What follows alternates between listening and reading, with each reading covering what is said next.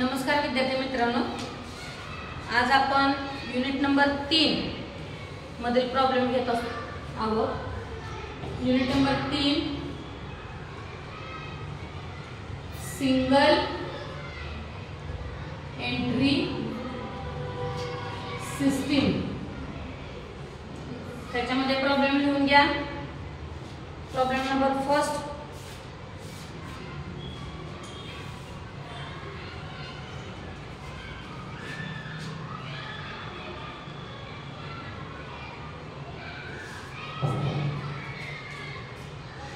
Rukmini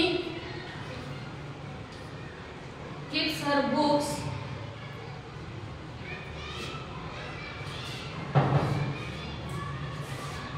on single entry system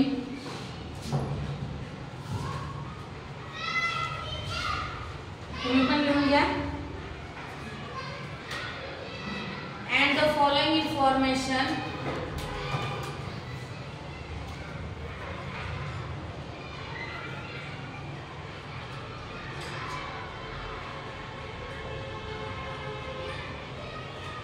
given below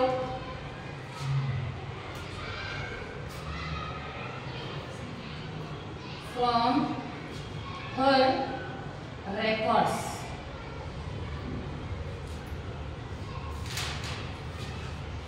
खाली column करा।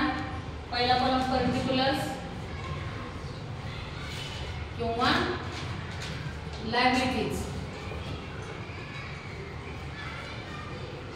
2 तारखा आहेत इथं, 31/3/2023 आणि 31/3/2024। इकडच्या साईडला assets,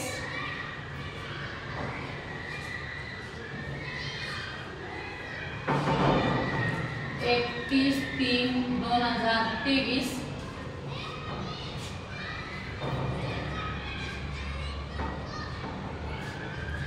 31/3/2024।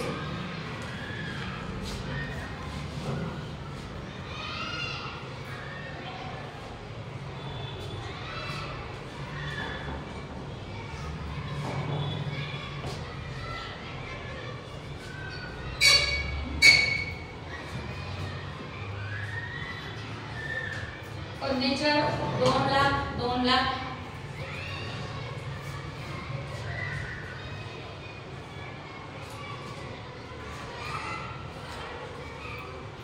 Stock 28 lakh 30,50,000।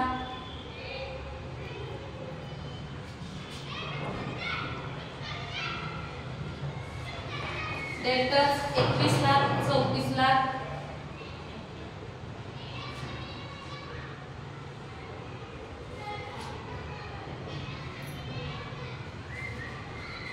Cash 1,50,000 2 lakh.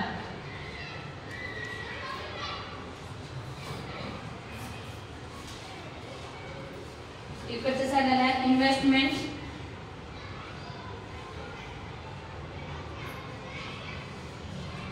Dash 10 lakh. Creditors 17,50,000 19 lakh. Bills payable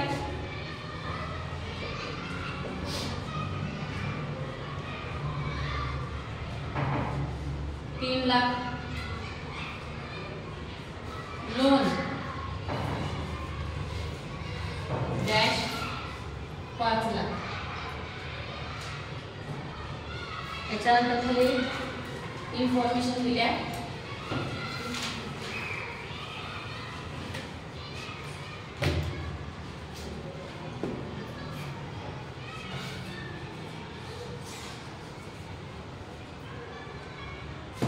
She has withdrawn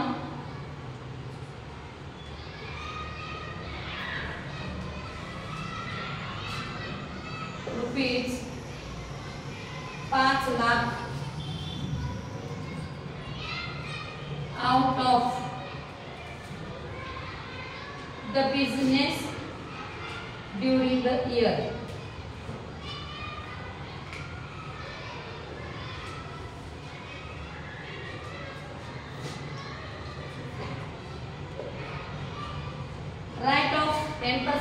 depreciation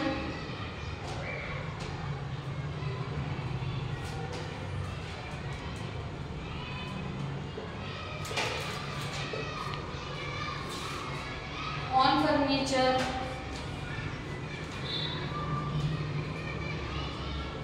and make a provision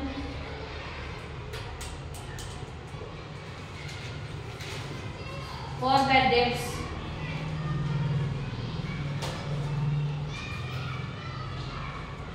at 10% on sundry debtors. महत्त्वाचे ऍडजस्टमेंट बघत असताना ऍडजस्टमेंट कशावर आहेत आणि कशाचे आहेत ते पहिल्यांदा बघायचं. प्रिपेअर स्टेटमेंट ऑफ अफेअर्स,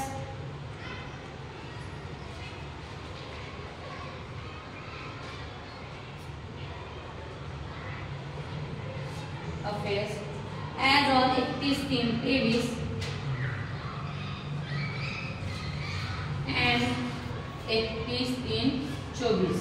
इथं आपल्याला 31/3/23 आणि 31/3/24 चं स्टेटमेंट ऑफ अफेअर्स काढायचं. म्हणजे थोडक्यात 31/3/23 म्हणजे ओपनिंग स्टेटमेंट ऑफ अफेअर्स आणि 31/3/24 म्हणजे क्लोजिंग. इथं तुम्हाला 31/3 तारीख देतील किंवा 1 एप्रिल देतील. म्हणजे जे आपलं वर्ष सुरुवात होती ते स्टार्टिंगचं. दोन्ही स्टेटमेंट कधी काढायची? जर या प्रॉब्लेम मध्ये तुम्हाला कॅपिटलची अमाउंट दिली नसेल तर. पहिलं स्टेटमेंट ऑफ अफेअर्स जर ओपनिंग कॅपिटल दिला असेल तर काढायचं नाही. इथं फक्त लायबिलिटीज आणि ऍसेट दिले, तुम्हाला ओपनिंग कॅपिटल दिलेलं नाही, त्यामुळे तुम्हाला इथं ओपनिंग स्टेटमेंट ऑफ अफेअर्स सुद्धा काढायचं आहे. अँड ऑल्सो प्रिपेअर प्रॉफिट और लॉस. शब्द कुठला वापरलाय? प्रॉफिट और लॉस स्टेटमेंट्स. म्हणजे तुम्हाला रुक्मिणीचा प्रॉब्लेम जो दिलेला आहे त्या प्रॉब्लेम मध्ये तुम्हाला ओपनिंग स्टेटमेंट म्हणजे स्टार्टिंग डेटचं आणि क्लोजिंग स्टेटमेंट म्हणजे क्लोजिंगचं. त्यासाठी काढतो आपण हे दोन्ही स्टेटमेंट. तर कॅपिटलची अमाउंट आपल्याला पाहिजे म्हणून ओपनिंग आणि क्लोजिंग आणि प्लस त्याच्यावर काय काढायचं तर स्टेटमेंट ऑफ प्रॉफिट और लॉस. प्रॉब्लेम सुरू होत असताना आपल्याला या प्रॉब्लेम मध्ये काय करायला सांगितलं तर statement of affairs as on 31/3/23 आणि 31/3/24 आपण इथं सेपरेट न काढता एकत्र काढतो. 31/3/23 म्हणजे ओपनिंगचं स्टेटमेंट आणि 31/3/24 म्हणजे क्लोजिंगचं स्टेटमेंट. महत्त्वाचं स्टेटमेंट ऑफ अफेअर्स काढायचं असेल ते कशासाठी काढलं जातं तर आपल्याला कॅपिटलची अमाउंट मिळावी म्हणून. सुरुवातीचा जो कॅपिटल असेल ते ओपनिंग कॅपिटल आणि 2 नंबरच्या कॉलम मध्ये जे कॅपिटल असेल ते क्लोजिंग कॅपिटल. ज्यावेळेला आपल्याला सेपरेट करायचं असेल तर आपण असं म्हणतो statement of affairs as on 31/3/23 किंवा ऍज ऑन 31/3/24. पण इथं आपण काय केले दोन्ही कॉलम एकत्र केले त्यामुळे इथं तारीख न देता आपण काय द्यायचं असतो फक्त डॅश डॅश डॅश. मीन्स तुम्ही समजायचं की तिथं कुठली तारीख असेल. जर तुम्ही डॅश डॅश म्हटलं 31/3 तर ते 31/3/23 आहे. तुम्ही जर म्हटलं 31/3/24 आहे तर ते 31/3/24 आहे. आता आपण काय करूया लायबिलिटीजला घेऊया ऍसेटला घेऊया. पहिल्या स्टार्टला काय दिलंय फर्निचर. म्हणून मी मग अशी प्रॉब्लेम लिहित असताना तुम्हाला आठवते का बघा मी तिथं पर्टिक्युलर ऑब्लिक लायबिलिटीज म्हटलं होतं किंवा पर्टिक्युलर ऑब्लिक ऍसेट म्हटलं होतं. कारण त्या लायबिलिटीजला लायबिलिटी नव्हत्या आणि ऍसेटला कारण already furniture stock debtors cash ह्या काय आहे त्या ऍसेट्स आहेत. या ऍसेटला फर्निचर 2 लाख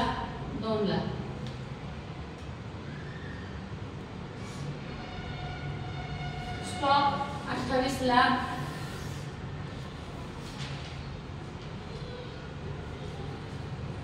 $30,50,000. कधी कधी तुम्हाला नंतर ही 31/3/24 रिवाइजला बॅलन्स शीट काढायला सांगतात. रिवाइजला म्हणजे काय की त्याच्यात ऍडजस्टमेंट करून दाखवायच्या. डिप्रेशन असेल तर तिथंच लेस करून दाखवायचं. ती कधी हे झाल्यानंतर प्रॉफिट अँड लॉसच्या खाली वेगळी बॅलन्स शीट काढायची. रिवाइज मीन्स ऍडजस्टमेंट त्यात करायच्या. आता आपण ह्याच्यामध्ये ऍडजस्टमेंट करत नाही, फक्त बॅलन्सेस मांडून घेतोय. जसं आपण फायनल अकाउंट मध्ये किंवा आपण जो आधीचे टॉपिक शिकलोय त्याच्यात कसे बॅलन्स शीट काढतो तसं काढता येते. 21 लाख आणि 34 लाख. कॅश 1,50,000 आणि 2 लाख. इन्व्हेस्टमेंट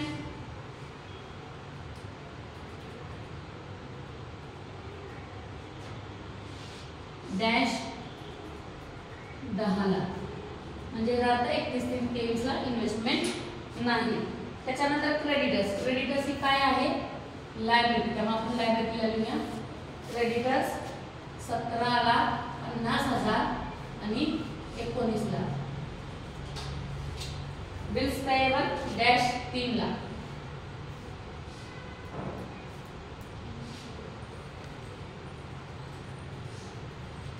आणि लास्ट आहे लोन डॅश 5 लाख. अशा तऱ्हेने आपल्याला कॉलम मध्ये दिलेल्या आपण सगळ्या ऍसेट आणि लायबिलिटीज घेतलेल्या आहेत. आता टोटल मारायचे.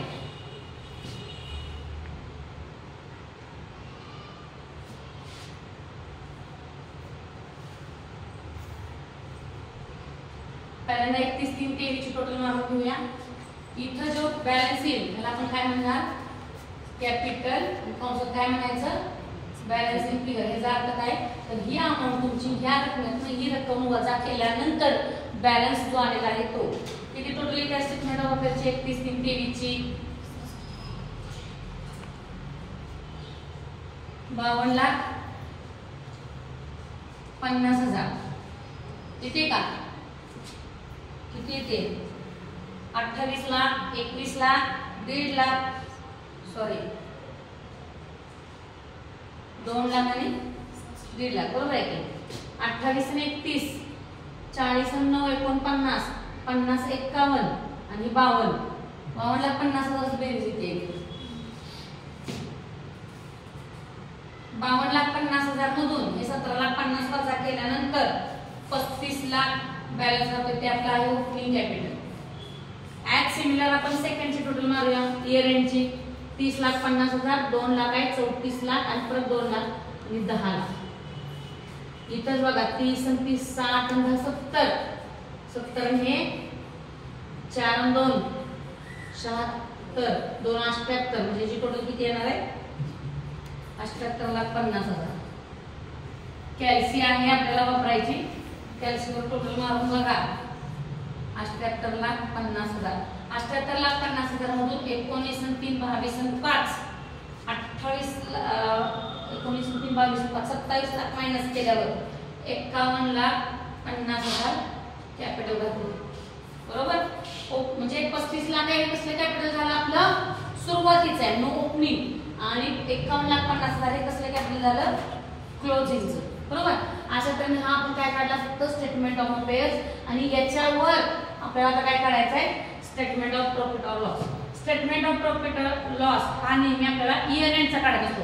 For the year ended 31/3/2024 particulars आणि अमाउंट 2 कॉलम आपल्याला इथं पुरेसे आहेत. त्याच्यामध्ये पहिल्या लाईनला काय येणार? नेहमी क्लोजिंग कॅपिटल. क्लोजिंग कॅपिटल म्हणजे कुठल्या तारखेचं? तर वर्षाअखेरीचं जे तुमचं कॅपिटल आहे. मग वर्षाअखेरीचं कॅपिटल किती आपलं आले? 51,50,000. याच्यामध्ये काय करत असते? ड्रॉविंग्स. इथं खाली माहिती मध्ये लिहिलं she has withdrawn 5 lakh out of the business during the year. तिनं वर्षभरात 5 लाख रुपये उचलले किंवा घेतले. मग जी रक्कम प्रोप्रायटर स्वतःसाठी घेतो किंवा वैयक्तिक खर्चासाठी, मग माल असेल, कॅश असेल, पर्सनल यूज असेल, आपण ते कशामध्ये घेतो? किंवा वैयक्तिक त्याच्या घरातली व्यक्ती असेल, मुलं मुली, नवरा बायको, त्यांच्यासाठी जो काही खर्च असेल तो सुद्धा आपण ड्रॉइंग मध्ये घेतो. ड्रॉइंगचं तर काय करायचं असतं? Add drawings during the year. किती लाख आहे? 5 लाख. टोटल किती झाली आपली? 56,50,000. आता याच्यामध्ये ऍडिशनल कॅपिटल जर त्यानं वर्षभरामध्ये नवीन काय गुंतवणूक केली असेल किंवा भांडवलामध्ये वाढ केली असेल, एखादा नवीन ऍसेट गुंतवून ते केलं असेल तर ते ऍडिशनल कॅपिटल म्हणून घेतो. पण या प्रॉब्लेम मध्ये ऍडिशनल कॅपिटल नाही, त्यामुळे डायरेक्ट चौथी स्टेप काय असणार आहे, लेस ओपनिंग कॅपिटल. ओपनिंग कॅपिटल म्हणजे काय, तर जे आपलं सुरुवातीच्या तारखेला निघालेलं आहे 35 लाख, ते आहे आपलं ओपनिंग कॅपिटल. इथं 35 लाख आपण मायनस करणार आहे. 56,50,000 मधून 35 लाख वजा केल्यानंतर जो प्रॉफिट राहतो तो आहे 21,50,000. इथं अजून आपण ऍडजस्टमेंट केलेत का, नाही. जे आपल्याला ऍडजस्टमेंट दिल्या, डेप्रिसिएशनची दिल्या किंवा प्रोव्हिजन फॉर काय सांगितलं, बॅड डेट मीन्स काय, आरडीडी आपण ऍडजस्टमेंट केलेली नाही. म्हणून या प्रॉफिटला असं म्हटलं जातं प्रॉफिट बिफोर ऍडजस्टमेंट. आणि याच्यानंतर तुम्ही ऍडजस्टमेंट करायची त्या, तर त्या ऍडजस्टमेंट मध्ये जी ऍडजस्टमेंट ऍड होणारी असेल, आता तुम्ही कसं ओळखायचं की ऍड होणारी ऍडजस्टमेंट कुठली, लेस होणारी ऍडजस्टमेंट कुठली, तर प्रॉफिट अँड लॉस अकाउंट आपल्या डोळ्यासमोर ठेवायचा. प्रॉफिट अँड लॉस अकाउंटच्या डेबिट साइडला जे आयटम्स येतात, आरडीडी, डेप्रिसिएशन, डिस्काउंट, तो लेस करायचा. आणि प्रॉफिट अँड लॉसच्या क्रेडिटला जे येतं interest on investment, interest on इतर काय कमिशन रिसिव्ड असेल, डिस्काउंट रिसिव्ड असेल, रिसिव्ड मिळालेले आहे जो इन्कम असतो तो इथे ऍड करायचा.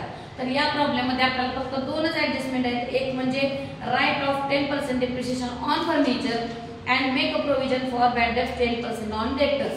डेटर्सवर 10% आरडीडी करायचं आहे आणि फर्निचरवर 10% डेप्रिसिएशन घ्यायचं आहे. एवढा दोनच ऍडजस्टमेंट आहे आणि ह्या दोन्ही ऍडजस्टमेंट ज्या त्या ऍसेट मध्ये आपण लेस करतो आणि नंतर प्रॉफिट अँड लॉसच्या डेबिटला घेतो. मग ज्या आयटम्स प्रॉफिट अँड लॉसच्या डेबिटला येतात ते नेहमी इथं काय करायचे, लेस. लेस मध्ये पहिला आकडा काय येणार आहे, डेप्रिसिएशन ऑन फर्निचर किती टक्के घ्यायचं आहे, 10%. बरोबर.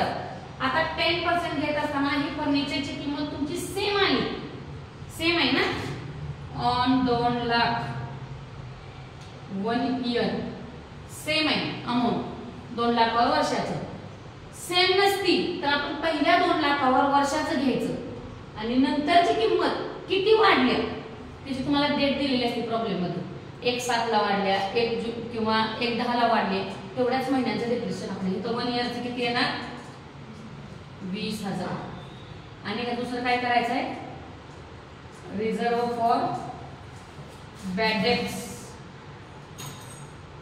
10%, त्याला काय म्हणतो आपण, आरडीडी ऑन. आता आरडीडी काढत असताना डेटच्या रक्कम किती आहेत आपल्याकडे, 2. एक आहे 21 लाख आणि एक आहे 34 लाख. जसं डेप्रिसिएशन काढत असताना पहिल्यांदा तुम्हाला पहिली किंमत घ्यावी लागते, त्याच्या उलट डेप्रिसिएशन डेटर्सवर आरडीडी करताना नेहमी क्लोजिंगचे डेटर्स विचारात घ्यायचे. कुठले, 31/3/24 चे. कारण का तर इथं आपण लेस आरडीडी करत असतो. मग किती येणार, हे 34 लाखावर किती येणार, 3,40,000. हे दोन्ही आयटम आपण लेस करणार, त्यामुळे इथं आतच बेरीज मारून बाहेर घेऊया. 3,40,000 आणि 20 किती आले, 3,60,000. आणि हे वरच्या रकमेतनं काय होणार आहे, तर लेस 21,50,000 मधून 3,60,000 वजा केल्यानंतर जो प्रॉफिट येतोय तो आहे 17,90,000. आणि हा झाला आपला ऍक्च्युअल नेट प्रॉफिट. इथं 34 लाखावर 10%, 3,40,000. अशा त्याला आपला नेट प्रॉफिट किती झाला, 17,90,000.